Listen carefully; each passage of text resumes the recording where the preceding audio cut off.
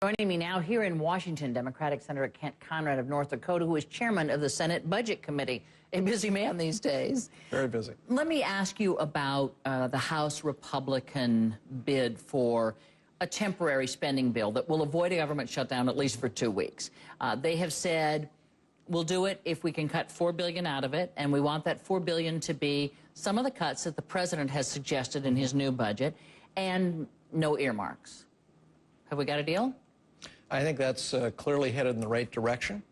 Is that the end of the story? You know, the way this town is, probably not, but I think we're getting closer. Well, what would you want different here? For a temporary, just for 2 weeks, what would you want different?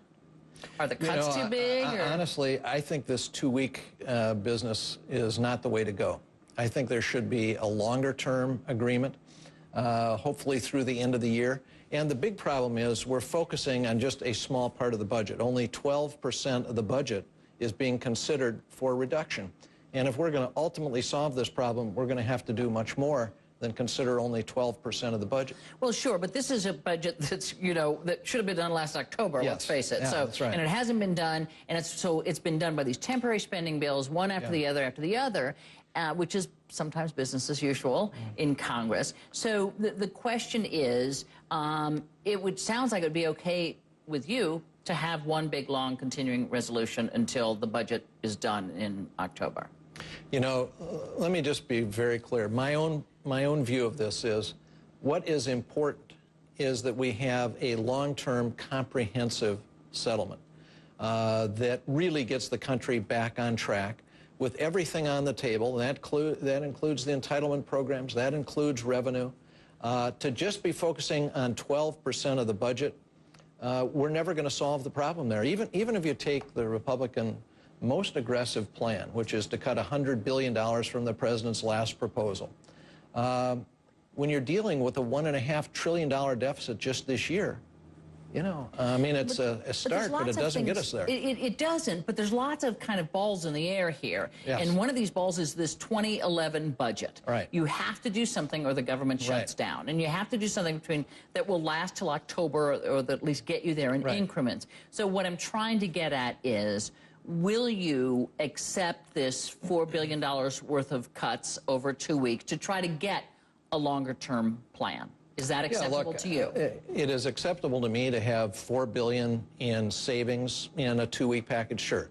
The makeup of that, you know, is up for discussion and negotiation. That negotiation's ongoing, and I'm confident we'll achieve a conclusion on that. So you've got a big number, $4 billion. I mean, the overall number is good. You may want some things. There are some things that the president has proposed cutting that you all are not necessarily for. Is that where the problem lies? Well, for example, highway spending, which I think most everybody says is badly needed in this country, creates American jobs and also makes America more competitive. Does it make sense to be cutting there? Many of us don't think so.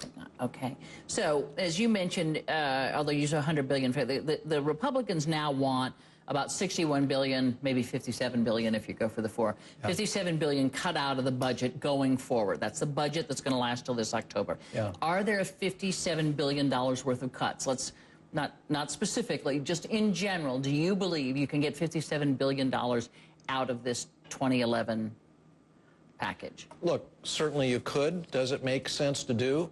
I don't believe it does. You know, we just had the Goldman Sachs study that indicates that if you do that, you're going to reduce economic growth 1.5% to 2% in the second and third quarter of this year. That's 1 million jobs. So does that make sense when 1 in every 6 Americans is unemployed or underemployed? I don't think so. Every bipartisan commission that has tried to make a judgment on this has said, be modest at the beginning, but do something big over the 10 years in terms of getting our debt down. Every single bipartisan commission, there have been 3, has come to that very same conclusion. Don't try to balance this on 12% of the budget. Be comprehensive, include everything, including revenue, and do it over the next decade. Put it in place now, but begin modestly. So your fear is cuts this deep would make unemployment spike, would cause layoffs. That's your fear of this kind of... And this is the conclusion of Goldman Sachs, the top economist there, that these cuts go too far. The big problem is it doesn't deal with the problem. The only way we're going to deal with this problem is a 10-year plan that is comprehensive. This is that commission plan, basically, which you were on. Which I served on. But now we find that even though the debt commission, which you signed on to, said, okay, and we're going to deal with Social Security, and everyone says, oh, that's not part of the debt, that's not what's causing all of this. Okay, that having been said, the debt commission said, deal with Social Security at the same time. Do you still believe that? Because the White House doesn't seem to believe it, and you've got some fairly powerful Democrats that don't. Do you?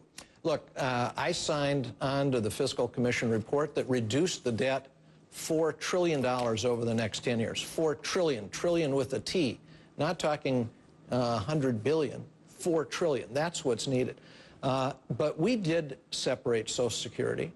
We didn't use any of the savings from Social Security for deficit reduction. But should you reform Social Security as a part of this overall negotiation that you want to do for a 10-year plan?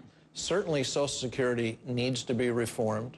I personally think it's best to separate the two, as we did in the Commission. In the Commission, we used the savings in Social Security to extend the solvency of Social Security, not for deficit reduction. And really quickly, should the President do anything to halt the rising price of gas? Go into reserves, suspend federal gas tax? You know, I've always been a fan of going into the reserve if it was an emergency. I don't think this yet constitutes an emergency that would justify going into the reserve. But there are other things he can do in terms of moral suasion, because every time this happens, we know there are some who out there take advantage of the situation, and that's got to be prevented. Okay. Senator Conrad, thank you for joining us. You bet. Appreciate it.